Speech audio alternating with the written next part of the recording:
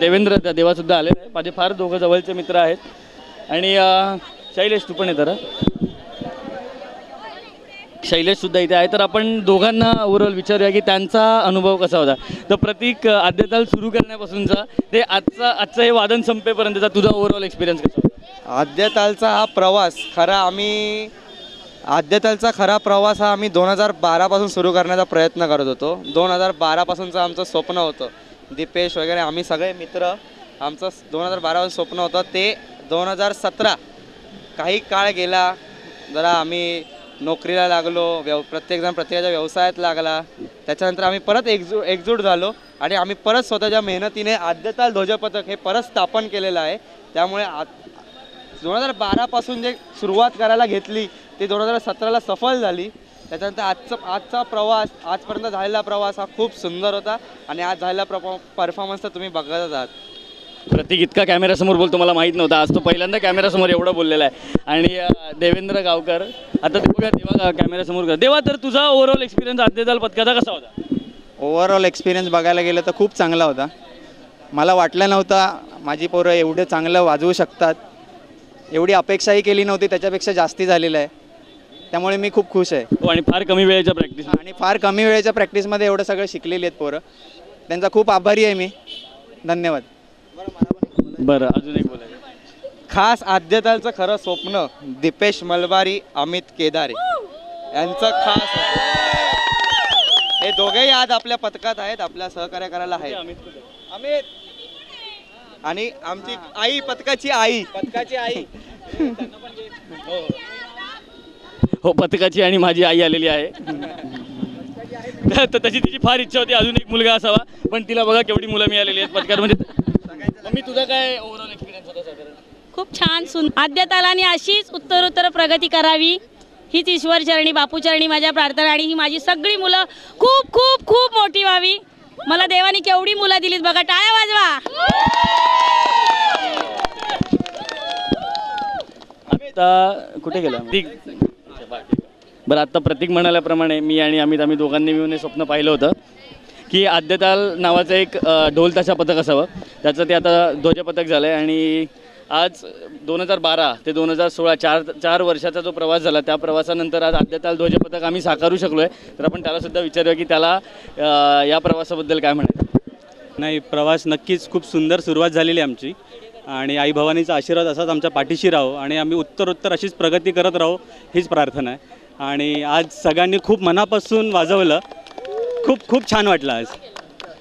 Very good. अमितलाही फार छान वाटलेलं आहे. आणि अजून बरेचसे सभासद आहेत. आपण श्रद्धाला विचारा, ही एक फार उत्तम वादक आहे. आपण तिला विचारा तिचा ओव्हरऑल एक्सपिरियन्स कसा होता. मी पण फर्स्ट टाईमच शिकली ढोल वाजवायला आणि नंतर कळलं की खूप मजा येते ह्यात. खूप जल्लोष, खूप मजा, खूप फन आणि नाचायला मिळतं. आणि मनापासून वाजवलं तर खरंच मजा येते. खूप आनंद आला आज, खूप मजा केली आम्ही. थँक्यू. ती मनापासून वाजवत नव्हती, तिने आज मनापासून वाजवलं असं ती म्हणते. पल्लवीला विचारूया की श्रीलंकेनंतर तिला आज ढोल वाजवायला कसं वाटतं. श्रीलंकेत असं काय होतं का? श्रीलंकेत तरी असं काही नाही आहे, बट इंडियामधला हा जो काही मराठी सण आहे जो आपण खूप सगळे आनंदाने साजरा करतो, मला खरंच खूप मजा आली.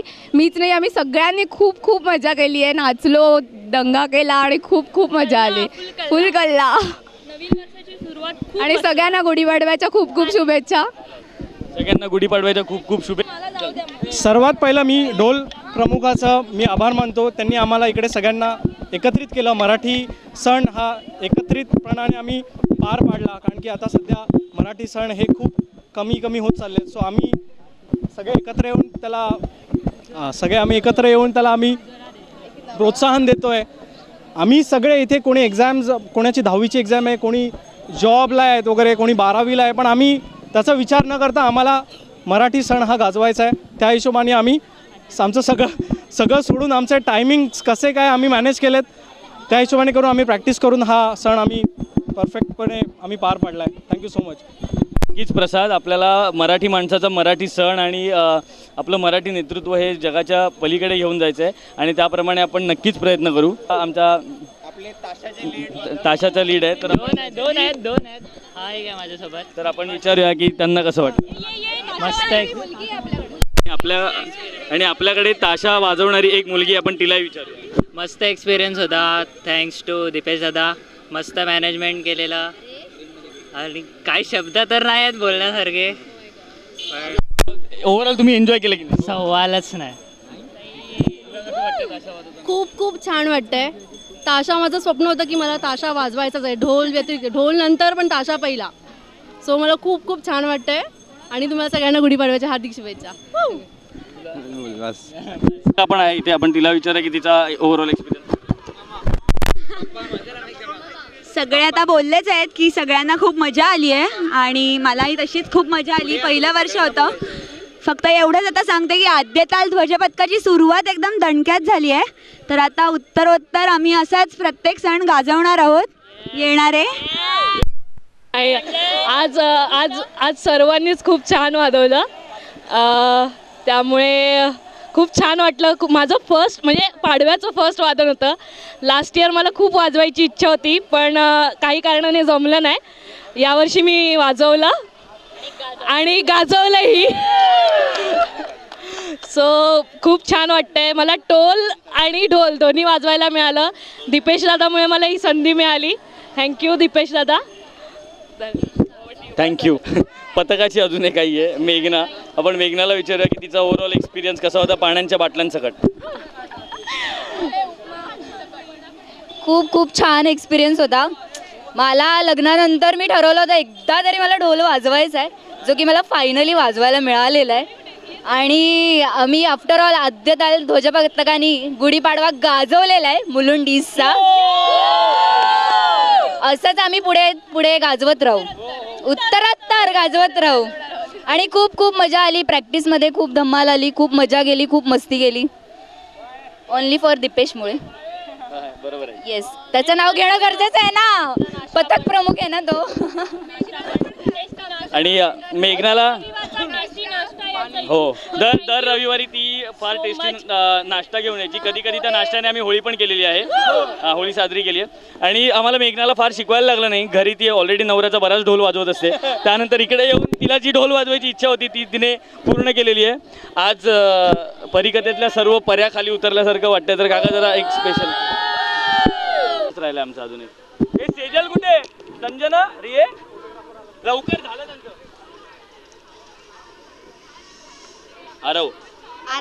आराध्य आणि आराध्याकडे आलोय. आराध्य, तुझा ओव्हरऑल एक्सपिरियन्स कसा होता? काय किती मजा केलीस तू पथकामध्ये? फुल टू मजा. एवढा आवडलं ना, सगळे एक साथ ढोल बांधायचे माझ्यावर. मला येत नव्हतं तेव्हा त्यांनी मला सांगितलं. हो, आणि आता त्याने ठरवलंय की तो सोमवार ते शनिवार अभ्यास करणार आणि रविवारी ढोलाच्या प्रॅक्टिसला येणार. त्यामुळे आई आणि बाबा अजिबात अडवायचं नाही. बरोबर ना? हां, बरोबर, अजिबात अडवायचं नाही. आणि निखिलचं डायमीटर ठरवण्यापासून टोल कुठला असला पाहिजे, कसा असला पाहिजे, टोलाची गाडी कसली अशी पाहिजे, या सर्वाचं मॅनेजमेंट निखिलने केलेलं आहे. तो स्वतः कमर्शियली फॅब्रिकेशनचं काम करतो. त्याचा फार चांगला सपोर्ट होता आम्हाला. तर आपण निखिलला विचारूया. निखिल, तुझा मधला प्रवास कसा होता आमच्याबरोबरचा? फार मध्ये यायचा. धन्यवाद 2 शब्द बोलायला मिळाल्याबद्दल. पण मला खूपच आनंद होतो आहे की मी यांच्याबरोबर काम केलं आहे, यांच्याबरोबर आहे. मलाही बराचसा सपोर्ट मिळतो आहे यांच्याचबरोबर. बराचसा सपोर्ट माझ्या बिझनेसमध्ये पण आणि इतर गोष्टीत पण. आणि सोशली मला खूप चांगलं वाटतं आहे काम करताना. मी ॲक्च्युली खूप सोशल आहे. थँक्यू. हौशी वादक आहेत आमच्याकडे. अंधेरीवरून ते बाईकवरून येतात. तर आपण त्यांना विचारूया की अंधेरी ते मुलुंड त्यांचा जो प्रवास असतो रोजचा, त्यात फार निखिला त्रास देत असते बाईकवर त्यांना. तर विचारा की तो त्रास ते कसा सहन करतात आणि ओव्हरऑल एक्सपिरियन्स कसा आहे? नाही, त्रास फक्त भांडूपर्यंतच आहे. त्याच्यापुढे मी एकटाच असतो. तसं काय त्रास वगैरे नाही आहे. आणि हा माझा पहिला एक्सपिरियन्स आहे ढोल वाजवायचा आणि खूप मजा आली. हा एक्सपिरियन्स ॲक्च्युली मस्त मजा आली. नेहमी विचार करायचो तिकडे ब्रिजच्या खाली ढोल वाजवताना विचार करायचो मी नेहमी हा ग्रुपचा पार्ट असेल. पण आज जेव्हा पार्ट आहे मी त्याचा, तर मला खूप मजा येते. आणि दीपेशला थँक्यू बोलेन त्याच्यासाठी, आद्य पथक उघडायसाठी, चालू करायसाठी. आणि हे उम्मीद आहे की हा जर पुढे चालत राहू आणि मजा येत राहील. नक्कीच हे आद्यताल पथक उत्तरोत्तर, मलाही बोलता येतं, उत्तरोत्तर वाढत जाणार आहे आणि खूप मोठं होणार आहे. थँक्यू. वैभवी आपल्यासोबत आहे. वैभवीसुद्धा स्कूटीवरून आपल्या प्रॅक्टिसला येत होती.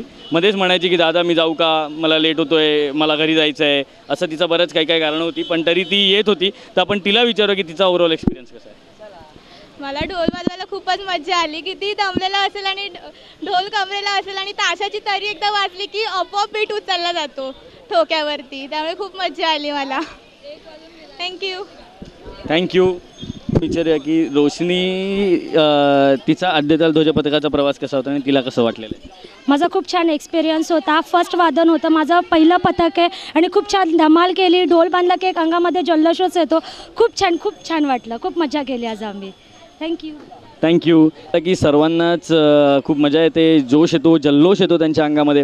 तर आपल्याकडे एक ध्वजधारी आहे, ताशावादक आहे पुष्कर. त्याला आपण विचारूया की त्याचा ओव्हरऑल एक्सपिरियन्स कसा होता ध्वज पकडून. जसं पथकाचं नावच ध्वजपथक होतं तशी भरपूर इच्छा आली. म्हणजे ध्वजपथक म्हणजे ध्वज घेऊन नाचायचं, की ध्वजाची नशा कळाली पाहिजे सगळ्यांना की ध्वज किती महत्त्वाचा आहे. कारण की ध्वजाला पहिला मान असतो पथकात.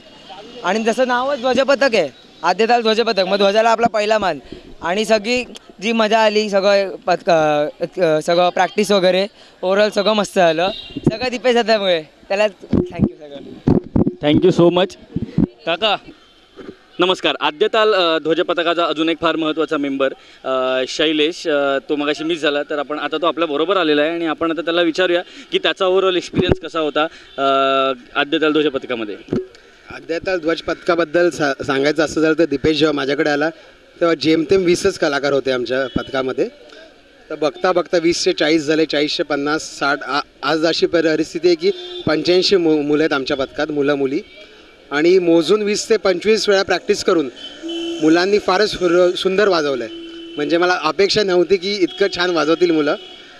तर सगळं श्रेय जातं की प्रतीकनी जी मेहनत घेतली, प्रतीक, देवा, ललित, मग बाकीच्या सगळ्या कलाकारांनी, ZDPचे जे काही 4-5 लोक आम्हाला शिकवायला यायचे वेळात वेळ काढून. So all the credit goes to this boys.